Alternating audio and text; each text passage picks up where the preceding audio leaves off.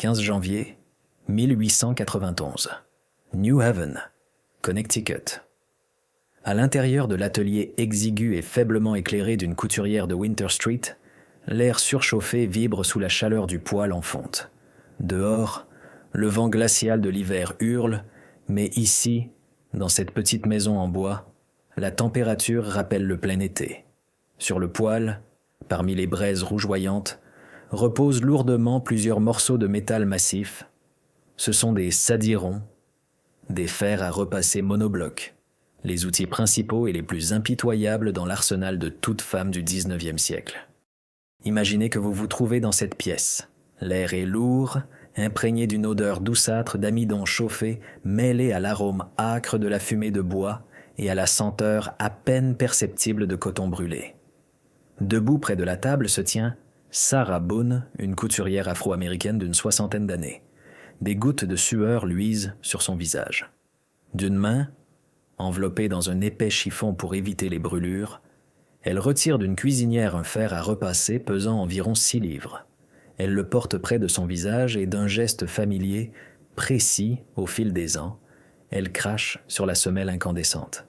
La salive s'évapore instantanément avec un sifflement aigu, se transformant en un minuscule nuage de vapeur.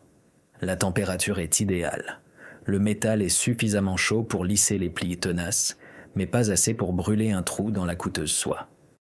Devant Sarah, sur un poste de travail improvisé, repose une robe de femme inachevée. À la fin du XIXe siècle, le repassage n'était pas une simple corvée ménagère. C'était un travail épuisant, physiquement exigeant et un processus chimico-mécanique complexe. Pour comprendre l'ampleur du problème auquel Sarah Boone était confrontée quotidiennement, il faut se pencher sur la mode de l'époque. Les vêtements n'étaient pittés pas de simples enveloppes corporelles. Ils représentaient une construction architecturale complexe. Les robes féminines se composaient de corsets, de jupons multicouches, de corsages rigides et, surtout, de manches incroyablement élaborées. Les manches gigots, ou jambes de mouton, faisaient une entrée fulgurante dans la mode, incroyablement volumineuse à l'épaule et moulant étroitement l'avant-bras jusqu'au poignet.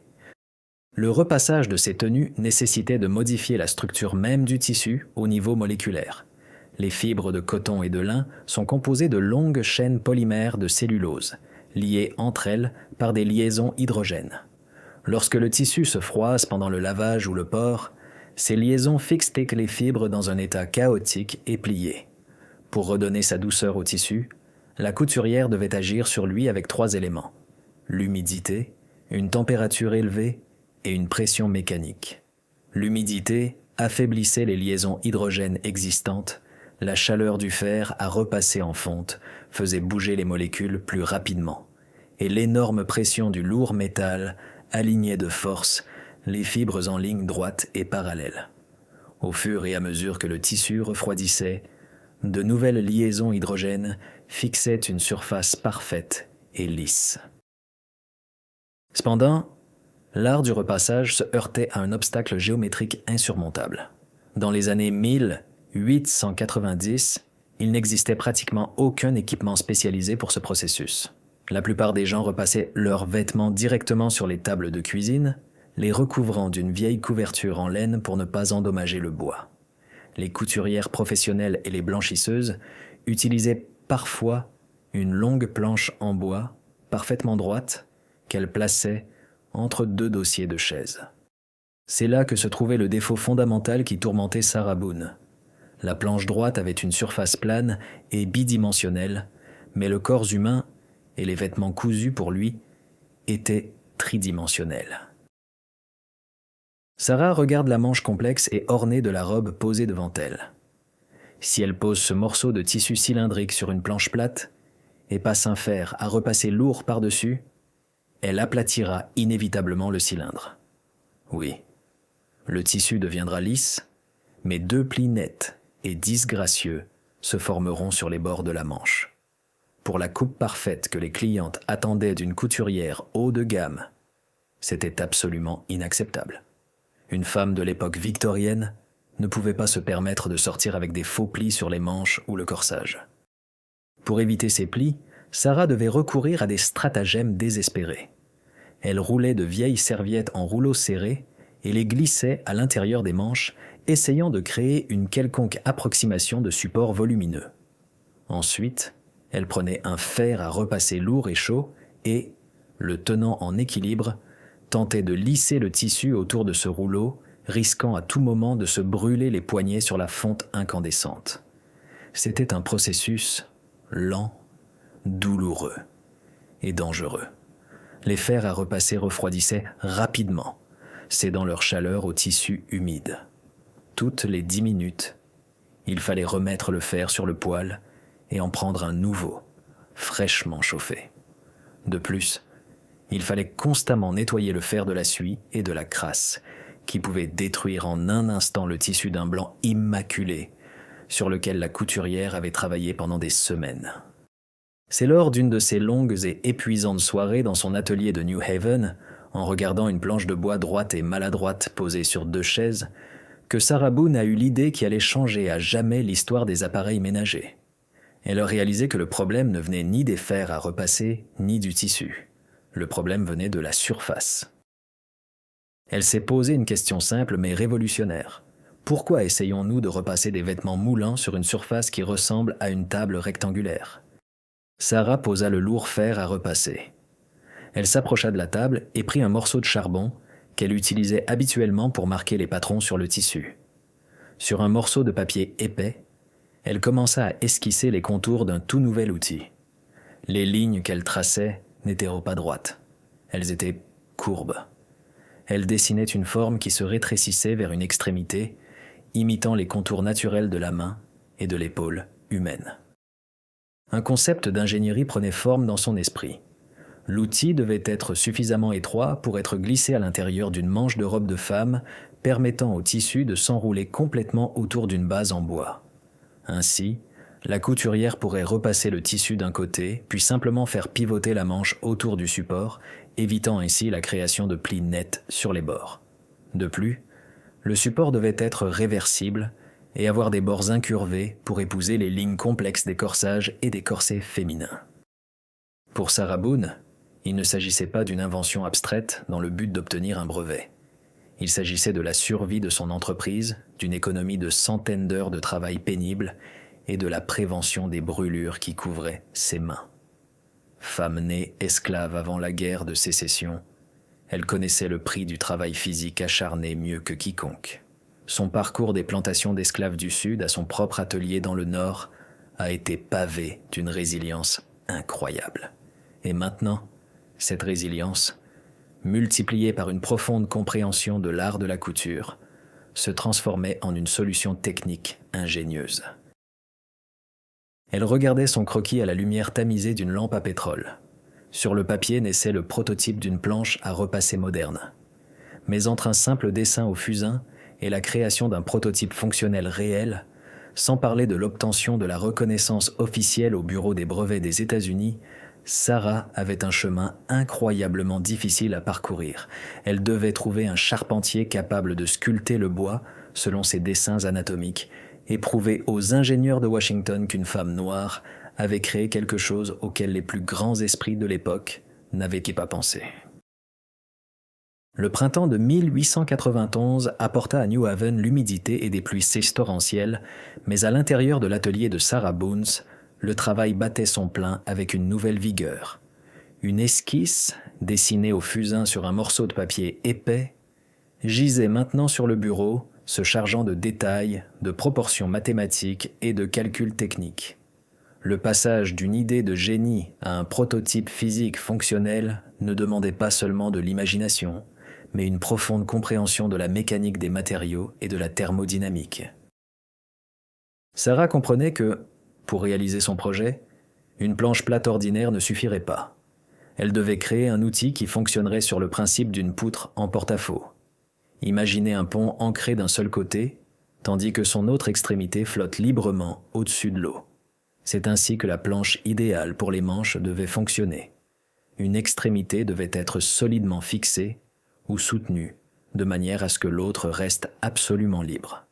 C'est seulement ainsi que la couturière pourrait enfiler une manche étroite, cousue en cylindre, d'une robe de femme sur le support en bois, comme un bas sur un pied. Le premier et le plus complexe défi d'ingénierie fut le choix du bon matériau et la définition des contours. Le bois devait être suffisamment résistant pour supporter la pression quotidienne des fers à repasser en fonte, pesant entre 6 et 10 livres, sur lesquels les couturières s'appuyaient de tout leur poids. En même temps, il ne pouvait pas être trop lourd, sinon, il aurait été impossible de retourner et de ranger la planche après le travail. Dans l'atelier, imprégné de l'odeur des copeaux de bois frais et de l'huile de lin, commença la naissance du premier prototype anatomique. D'un seul bloc de bois de qualité, fut découpée une forme sans précédent dans l'histoire des appareils ménagers.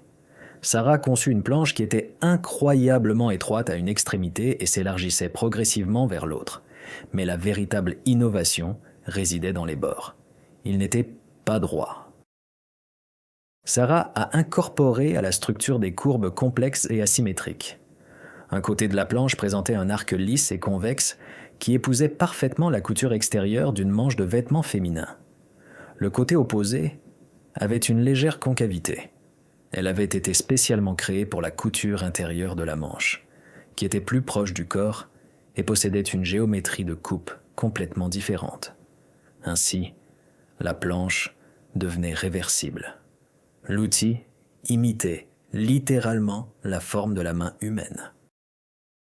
Mais le bois nu, même parfaitement poli, était impropre au repassage des tissus délicats. Si Sarah avait tenté de repasser de la soie fine ou du batiste blanc comme neige avec un fer à repasser en fonte surchauffée, directement sur une surface en bois dur, plusieurs catastrophes se seraient même produites immédiatement. Premièrement, en chauffant au-delà de 100 degrés Celsius, le bois aurait commencé à dégager ses résines et huiles naturelles, qui auraient ruiné le tissu à jamais avec des taches jaunes. Deuxièmement, la surface dure aurait écrasé les coutures, laissant des empreintes laides et brillantes sur l'envers des vêtements là où le tissu était plié en deux. Une compréhension approfondie de la physique du textile entrait ici en jeu pour Sarah. Elle savait qu'un tampon thermorégulateur devait se trouver entre le métal chaud et le bois dur. Ce tampon devait absorber la vapeur, répartir uniformément la chaleur et fournir un léger amorti afin que les coutures puissent s'enfoncer dans la surface au lieu d'être écrasées. Imaginez Sarah enveloppant soigneusement une base en bois découpée avec des couches de matériaux. Elle commence par tendre un feutre de laine épais sur la planche. La laine a une capacité remarquable à absorber l'humidité jusqu'à un tiers de son propre poids sans jamais paraître mouillée au toucher.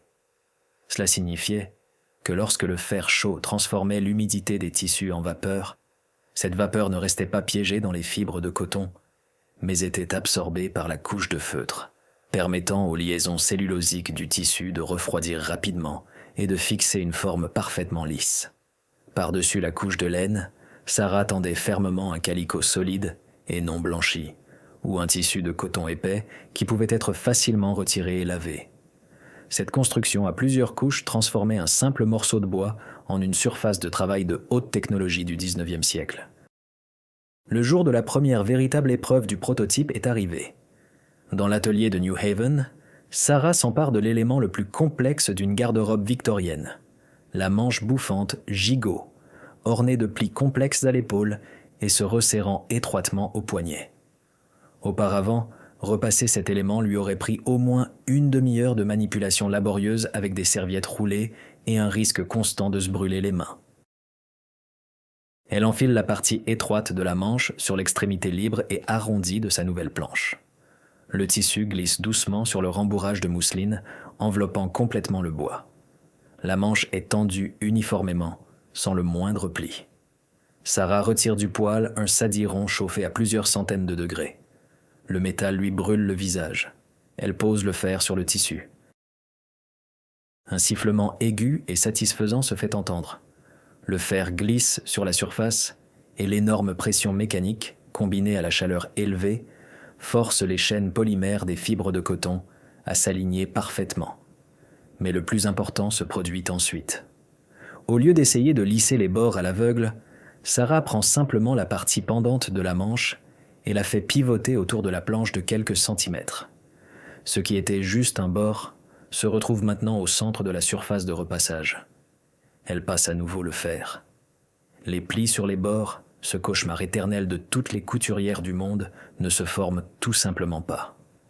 La manche reste un cylindre parfait et volumineux.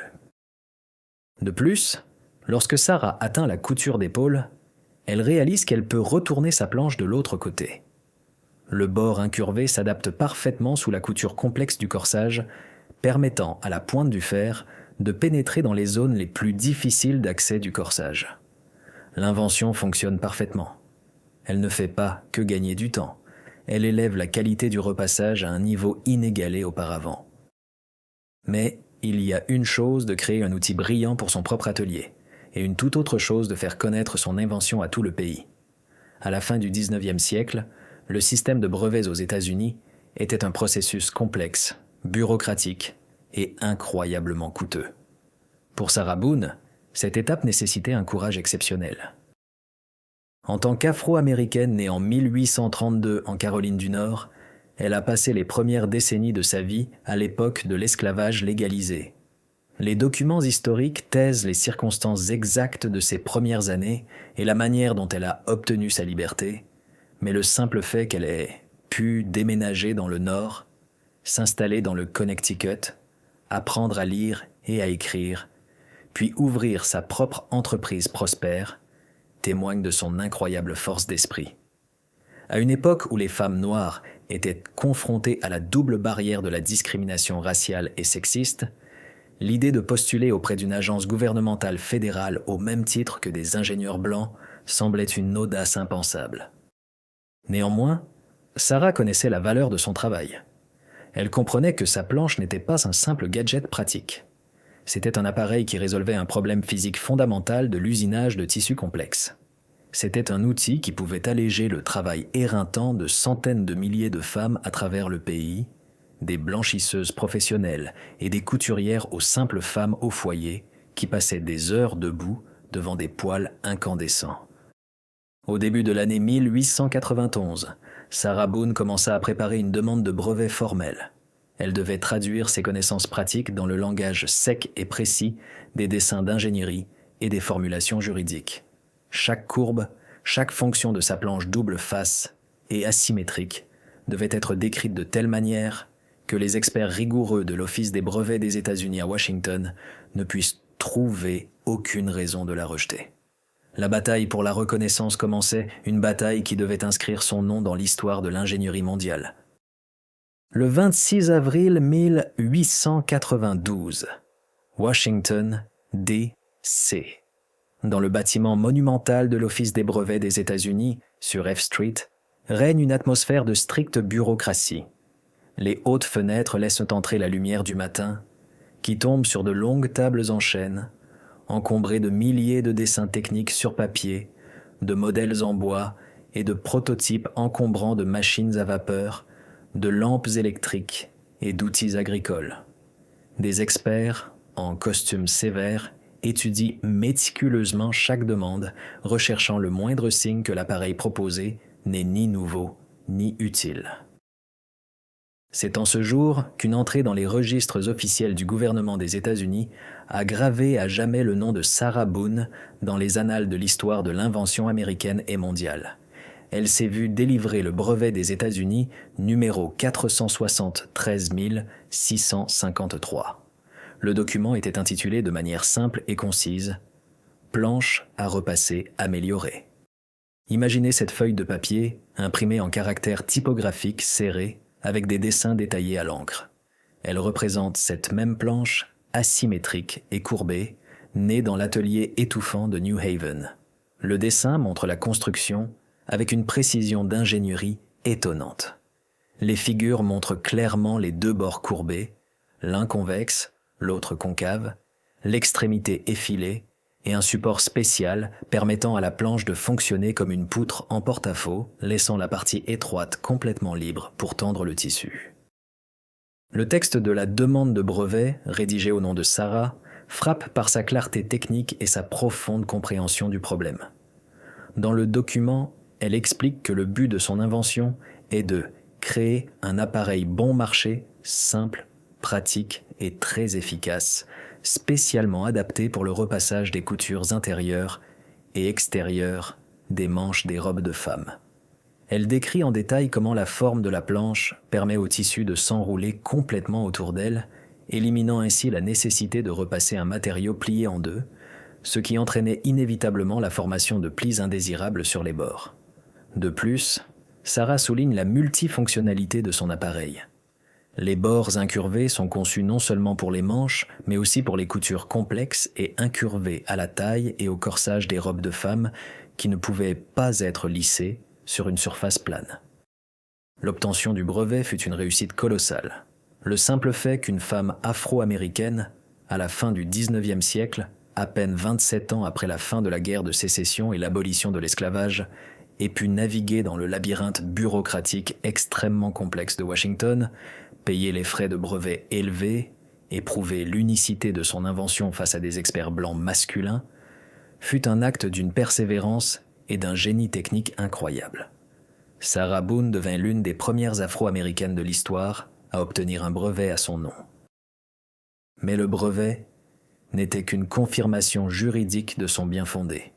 La véritable épreuve pour toute invention est sa confrontation avec la réalité de l'utilisation de masse. L'invention de Sarah Boone est arrivée au moment historique le plus opportun. La fin du XIXe et le début du XXe siècle ont été une période de croissance rapide de l'industrie de la couture et d'un changement dans l'attitude de la société envers l'hygiène et l'apparence. À cette époque, le repassage des vêtements restait l'une des tâches ménagères les plus difficiles et épuisantes. Les femmes qui travaillaient comme blanchisseuse passaient 10 à 12 heures par jour dans des pièces étouffantes, soulevant de lourds fers à repasser en fonte, risquant de se brûler et inhalant le monoxyde de carbone des poêles. Les couturières professionnelles, qui créaient des tenues victoriennes complexes, passaient des heures à façonner chaque manche et chaque volant. L'introduction de la planche à repasser de Sarah Boone a provoqué une révolution silencieuse mais puissante dans ce domaine. Pour la première fois, un outil est apparu qui était ergonomiquement adapté à la forme du corps humain et des vêtements. Le principe de la poutre en porte-à-faux et l'extrémité étroite et libre de la planche ont permis aux femmes de tendre les manches et les parties étroites des vêtements directement sur la base en bois, transformant un processus tridimensionnel en une tâche simple et plane. Cela n'a pas seulement amélioré la qualité du repassage, cela a radicalement réduit le temps nécessaire pour traiter les éléments complexes des vêtements. Les blanchisseuses et les femmes au foyer n'avaient plus à se débattre avec des rouleaux de serviettes glissés dans les manches. Elles pouvaient repasser le tissu d'un côté, puis simplement le faire pivoter autour de la planche pour repasser l'autre, sans créer de plis sur les bords. Les formes incurvées de la planche étaient idéales pour traiter les corsets et les corsages qui, à cette époque, avaient une coupe complexe et ajustée. Bien que les documents historiques ne conservent pas de récits détaillés sur la manière exacte dont Sarah Boone fabriquait et vendait ses planches à repasser à New Haven, l'impact de son invention s'est avéré colossal. Son brevet a jeté les bases du principe de construction des planches à repasser, qui est encore utilisé aujourd'hui. Progressivement, la forme proposée par Sarah a commencé à évoluer et à fusionner avec d'autres inventions. Des pieds pliants sont apparus, permettant aux planches d'être de taille normale et de les ranger après utilisation, économisant ainsi de l'espace dans les petits appartements. Cependant, l'élément clé, une extrémité étroite et arrondie, dépassant librement du support, de sorte que des vêtements de forme cylindrique puissent y être enfilés, est resté inchangé. Cet élément, imaginé par une couturière du Connecticut en 1891, est présent sur chaque planche à repasser moderne dans le monde. Avec le temps, le progrès technologique a transformé les fers à repasser eux-mêmes. Les lourds et dangereux sadironi, fers chauffés au feu, qui devaient être chauffés sur le poêle, ont cédé la place à des appareils électriques légers avec thermostat et générateur de vapeur intégrés. La science du repassage a fait un grand pas en avant, automatisant l'apport d'humidité et de chaleur pour rompre les liaisons hydrogènes dans la cellulose. Mais malgré toutes ces innovations high-tech, le problème physique de la géométrie du repassage est resté le même. Les vêtements tridimensionnels doivent toujours être repassés sur une surface qui permet d'éviter les plis plats. Et chaque fois qu'une personne moderne enfile la manche d'une chemise, la jambe d'un pantalon ou l'ourlet d'une jupe sur l'extrémité étroite et arrondie de sa planche à repasser, elle utilise une solution conçue par Sarah Boone. Son nom est longtemps resté dans l'ombre d'inventeurs plus célèbres de l'époque, tels que Thomas Edison ou Alexander Graham Bell. L'histoire de la technologie s'est souvent concentrée sur les machines, l'électricité et la communication, négligeant les outils qui ont révolutionné le travail domestique et la vie quotidienne de millions de personnes. Sarah Boone est décédée en 1900, seulement 8 ans après avoir obtenu son brevet historique. Elle a été enterrée au cimetière Evergreen de New Haven, Connecticut. Pendant de nombreuses décennies, sa tombe est restée sans marque, jusqu'au début du XXIe siècle, où un groupe d'enthousiastes et d'historiens a collecté des fonds pour ériger un monument rendant hommage à la femme dont l'invention a changé à jamais la façon dont les vêtements sont entretenus. Son histoire témoigne puissamment que l'innovation ne naît pas toujours dans des laboratoires universitaires ultramodernes dotés de budgets de plusieurs millions de dollars. Souvent, les inventions les plus profondes et les plus utiles émergent du besoin quotidien, du travail physique acharné et de l'esprit vif de personnes confrontées à un problème concret et trouvant une solution d'ingénierie élégante. Des plantations d'esclaves du Sud à son propre atelier de couture dans le Nord, d'un bout de papier griffonné au fusain à un brevet officiel du gouvernement des États-Unis, Sarah Boone a parcouru un chemin qui a défié toutes les barrières sociales et technologiques de son époque. Elle a vu le monde plat et bidimensionnel du repassage traditionnel et y a ajouté une troisième dimension. Elle a compris que les vêtements sont faits pour les gens et que par conséquent, l'outil pour en prendre soin doit épouser la forme du corps humain. Et grâce à cette illumination, le lourd fer et la coupe complexe ont enfin trouvé leur équilibre parfait sur un morceau de bois étroit et incurvé.